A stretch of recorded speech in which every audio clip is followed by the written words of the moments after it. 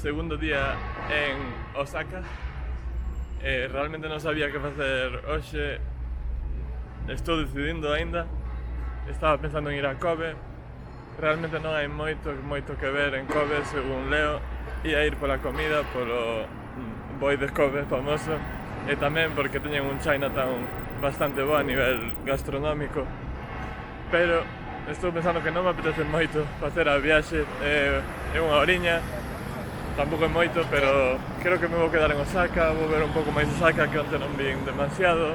Vou pasear entre as multitudes, quizáis ver outro templo e o distrito Friki, que tamén aquí hai un parecido a Akihabara en Tokio. Así que imos ver que ten Osaka que ofrecer aparte do que vin onte.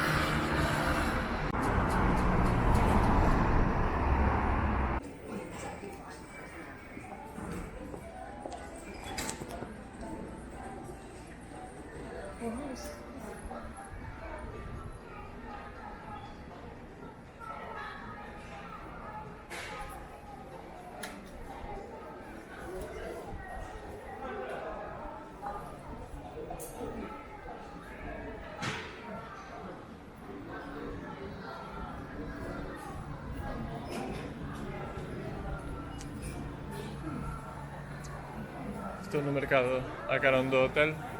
Está guai porque parece un pouco máis local de outras cousas que vin. Ainda que, bueno, hai turistas, pero había tendas de comida e tal.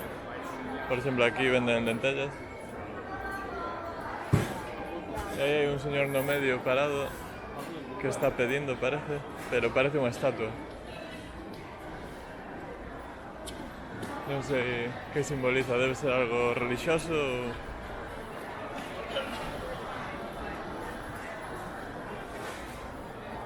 Aquí venden sashimi, que é peixe cru. Sashimi de que? De pufferfish, que non sei o que, debe ser este peixe. Debe ser o peixe globo este, non o sei.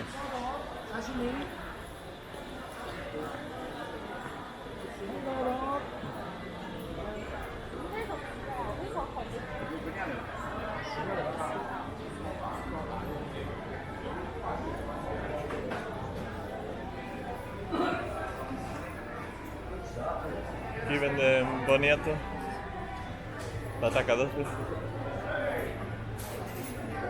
E hai fresas para compensar. Aí venden cangrexo. Mira que patas, Joder.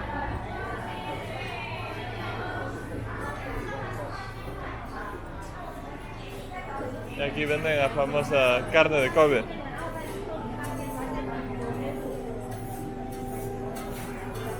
Pois mira, igual aquí como a carne de Kobe. Logo.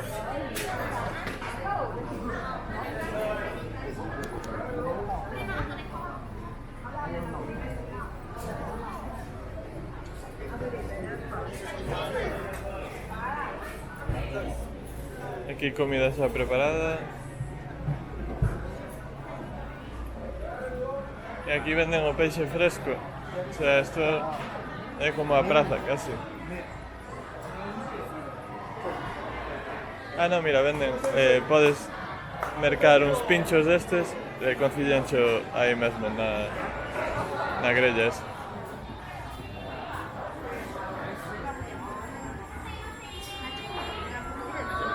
Hai anguía, hai langosta.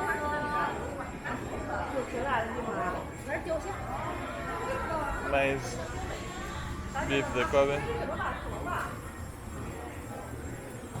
Xente comendo nos postiños.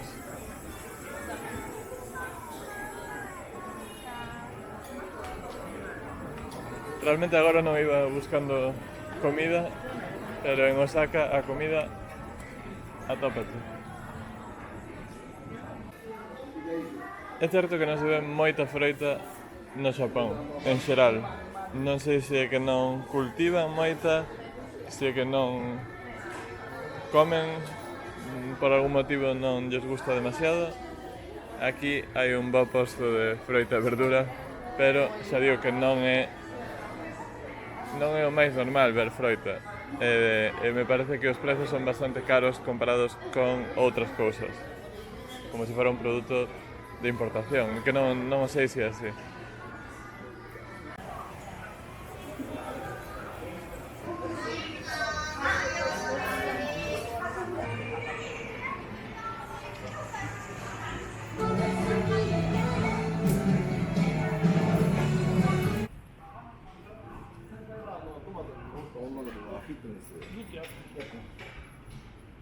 Estou en Amerikamura, que é un barrio aquí en Osaka, moi preto do Dotonbori.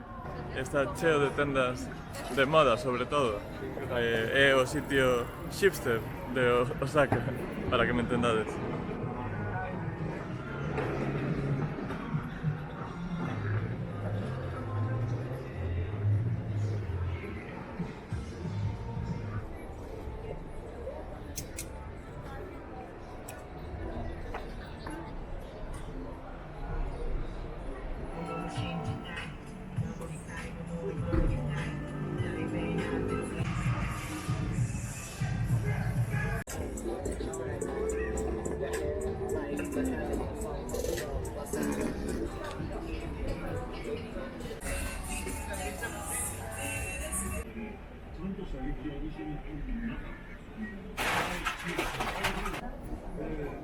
Os cartos póñense sempre nunha bandexa para que les collan, nunca se dan directamente.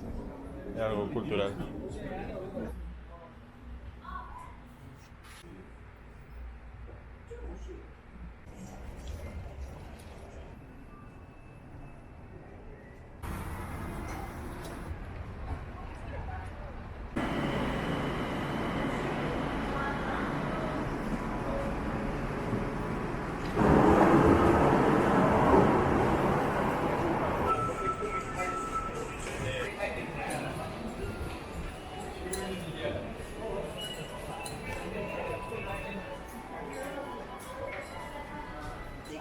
As estacións de metro aquí son como centros comerciais, todas teñen un centro subterráneo enorme no que podes ocupar de todo.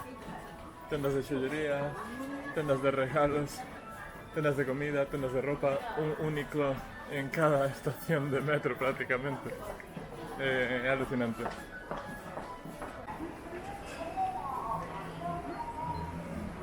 Sigo dentro da estación de metro.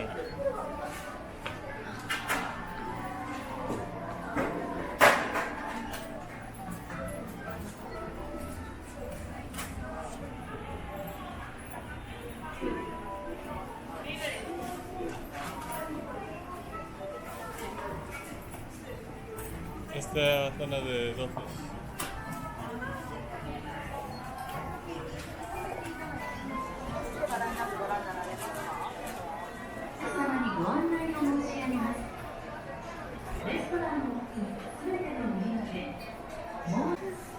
Teño que sair de aquí antes de caer na tentación de comer algo, porque estou comendo demasiado.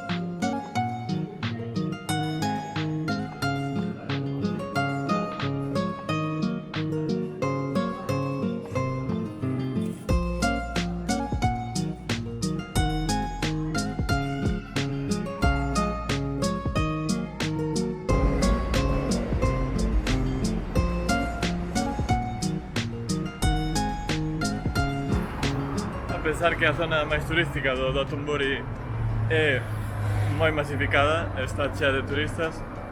Cando saes desa zona, igual que no resto das cidades, incluído Tokio, a verdade é que se respira un ambiente de tranquilidade e normalidade. hai xente, sempre hai xente en todas partes, pero aquí agora vedes que é totalmente manexable, é dicir, é un nivel moi normal de xente, hai tráfico, estamos nunha rúa moi céntrica, unha avenida, e vaise moi tranquilo.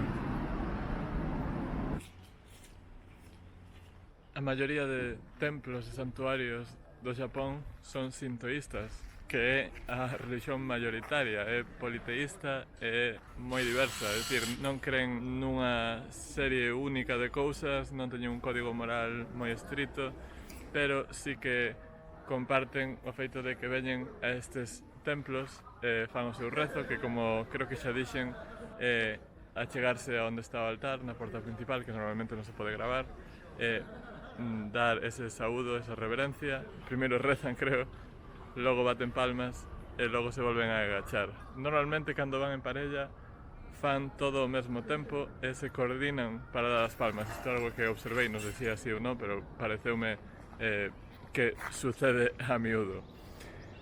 Tamén unha cousa curiosa que acabo de ler é que moitos xaponeses son a vez sintoístas ou practican, non é que o sexan, practican a vez o sintoísmo e o budismo, participan de festivais, van a templos das dúas religións sen ningún problema, sen que sexa mutuamente exclusivo unha cousa da outra, cousa que para nós sería bastante impensable ser, por exemplo, católico e budista ao mesmo tempo, pero así é Xapón. Se non estamos seguros de se estamos nun templo sintoísta ou nun templo budista, que o budismo é a segunda religión deste país, o que podemos facer simplemente é escoitar se baten palmas diante do templo. Se o fan, case seguro estamos ante un templo sintoísta ou ben estamos ante alguén que está confundido del lugar, que seguramente sexa un turista.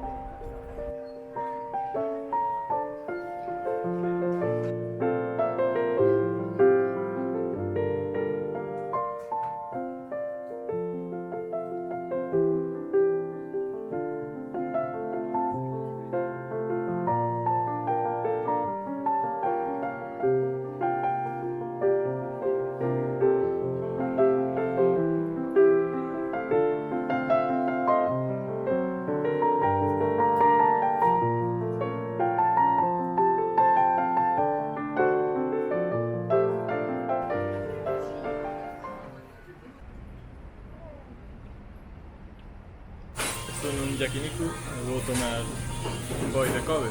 Non fun a Kobe hoxe, pero aquí en Osaka tamén o hai. Estamos na mesma zona, entón vou probar. Hai que cociñalo en riba desta grella que te poñen. Ten o carbón debaixo e ten unha mini campana e un tubo succionando todo o aire, supoño que para que o restaurante non apeste. Tamén me puxeron unha ensalada e unha sopa de carne para cociñar, unhas verduras. Aquí boi de Kobe casi crudo, solo como se di, torch, bueno, coa chama esta, bueno, logo poño que non me sabe a palabra. E isto que acabo de cociñar agora, e aquí temos a ensalada e a sopa, e aquí salsas para mollar. E é certo que din do boi de Kobe que se desfai na boca, é unha pasada. E me estou tomando as verduras tamén. Estas son as desventaxas de viaxar só. Hai algunha ventaxa, hai bastantes desventaxas, e tens que pedir unha cousa destas por ti só e apandar con toda a comida. Acabei todo, foi moito, vou ter que camiñar un pouco, pero realmente a carne é super veteada, con un montón de vetas de graxa, desfaise na boca, non sei como describilo. Marina me acaba de preguntar, é a mellor carne que comiches na vida? Sí, creo que sí, é a mellor carne que comí na vida. E agora en Tokio quizáis volva a outro sitio que teño mirado máis de baixo prezo para comparar a ver se realmente noto algunha diferenza ou non demasiado. E para baixar ese boi de Kobe, que mellor que vir camiñando ata unha das cousas que me quedaban por ver e que pensei que xa non vería, que é esta torre construída na década dos 50, me parece, que resiste tifóns, que resiste terremotos, que é xa un símbolo de Osaka que se chama Tsutenkaku. E si, estaba lendo o nome no móvil porque se non hai Deus que pronuncie ou se lembre dese nome. Así que sigo o meu paseo, vou rematar a digestión e logo de volta ao hotel que mañá imos a Hiroshima.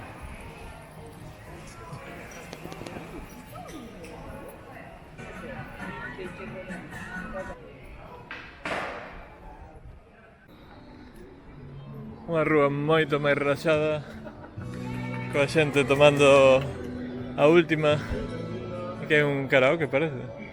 Sí.